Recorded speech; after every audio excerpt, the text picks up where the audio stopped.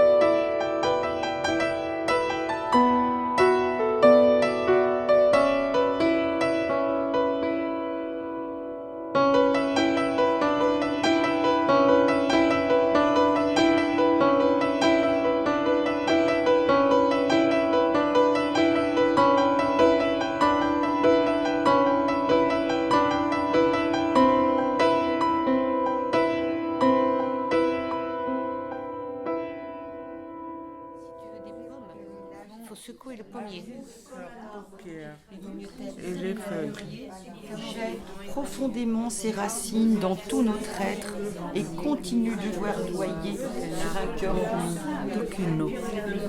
Entre où tu as envie et accorde-toi le soleil. Ne néglige la voix d'aucun arbre, d'aucune eau.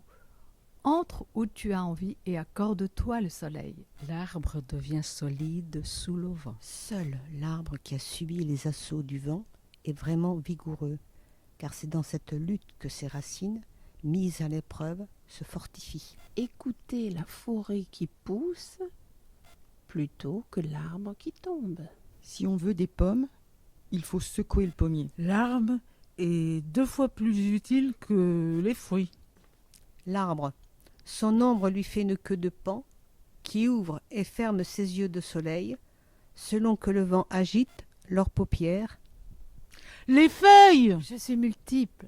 Je ne suis personne. Je suis d'ailleurs. Je suis d'ici. Sans me hâter.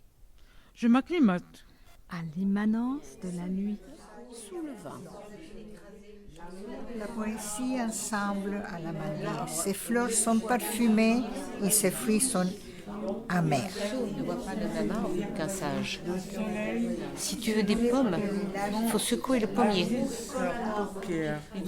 Et les feuilles. jette profondément ses racines dans tout notre être et continue de verdoyer.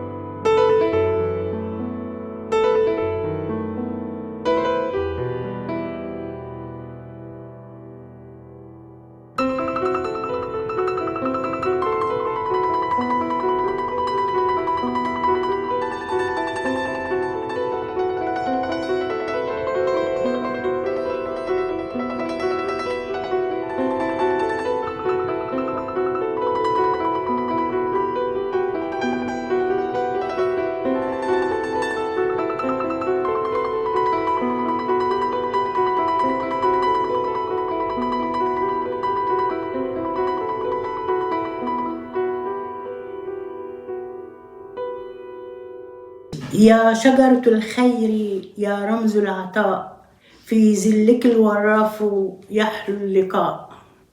Poème sur les arbres. Ô arbre de bonté, ô symbole de don, à ton ombre la rencontre est douce. جذورك امتدت عمق الثراء تعانق ماء وتحضن نقاء. Vos racines s'étendent profondément dans le sol, embrassez l'eau et embrassez la pureté. وفي فجر النسيان نور الحياة يزف إليك نسيم الصفا. À l'aube d'avril, la lumière de la vie, la brise de sérénité souffle sur vous. تراقص أوراقك في مهجتي كأنك لحن بحسن البهاء. Tes feuilles dansent dans mon cœur, comme si tu étais une mélodie avec la beauté de la splendeur. فكوني لي ظلا ضد الهجير وسترا جميلا بدرب الرجاء. Alors, sois une ombre pour nous contre la chaleur et un beau voile sur le chemin de l'espoir. Je pense à un arbre que j'ai connu il y a une trentaine d'années, donc c'est pas aujourd'hui ni hier, lorsque j'habitais dans le 10e. J'habitais près du canal Saint-Martin. La nature me manquait beaucoup. À l'époque, il n'y avait même pas le grand parc Villemain qu'il y a actuellement. La nature me manquait. Et pour trouver la nature, j'allais parfois à l'hôpital Saint-Louis. Ça paraît bizarre, mais il y a la cour carrée, qui est une très belle cour carrée. Je pense que cette cour n'est plus accessible au public, mais à l'époque, ça l'était. Et il y avait très peu de monde qui connaissait. Et moi, j'allais me réfugier dans cette cour sur l'herbe. Et il y avait un petit arbre. Un arbre qui était peut-être à peine plus grand que moi. Qui avait des branches qui étaient extrêmement... Comment dire, ça bougeait pas dans le vent parce que c'était vraiment des branches un peu... je peux dire rigides peut-être. Mais très... Il y avait un grand mouvement dans cette... J'aime pas le mot rigide, mais bon, en tout cas, dans cette stabilité, il y avait un grand mouvement aussi. Et c'était un peu à mon échelle. Donc, c'était la nature qui était à mon échelle à moi. Presque tout le monde cherche des cours de gymnastique, de la danse, de la gymnastique douce, du yoga et tout ça. Et moi, j'ai découvert avec ces séances qu'on peut faire une sorte de danse, une sorte de gymnastique, une sorte de mouvement, tout en douceur, et en apprenant des choses et en utilisant tous nos sens. Chose qu'on ne fait pas quand on est dans une salle et qu'on danse, qu'on fait de la gymnastique douce ou autre. Le yoga, moi, ça m'endort complètement. D'ailleurs, j'ai arrêté, j'en fais plus. Mais là, bon, comme on fait pas mal aussi dehors, et même si on le faisait à l'intérieur, je pense que ça nous ferait travailler tous les sens, les réveiller, éveiller tous nos sens. L'huile, l'odorat, l'huile, la vue même, tout. Super. Jusqu'à ce matin, je ne connaissais pas du tout cette danse. Donc j'essaye de voir avec tout le monde c'est quoi cette danse et tout. Quand je vois la photo que Marion a envoyée, j'ai dit mais c'est quoi cette danse où tout le monde fait un peu. Moi je trouve que c'est intéressant parce que là il y a les gestes, le genre de gymnastique un peu douceur. En même temps on réfléchit ce qu'on fait. Et aussi dans la nature. Franchement, c'est très intéressant. Parce que je suis une personne qui n'arrive pas à me libérer des mains, je suis très tendue. Alors, tout ce qu'on fait ici, ça m'aide quand même à me libérer, parce que normalement, on pense toujours à la perfection. Exact. Dans la danse. Dans tout. Non, dans la vie de tous les jours. Tout. De la vie quotidienne, tout ce qui soit parfait. Oui. Et puis, ce n'est pas une libération. Et puis, on n'a pas appris que nous, on devait faire les choses comme on les sent. Voilà, exactement. Et pour moi, c'est plutôt tout ce que j'ai fait ici depuis le temps. J'essaye de me libérer de ce qui me reste encore, que tout devait être parfait. Et puis, mais non. Et puis, la danse m'a aidé énormément de me libérer un peu de mon corps.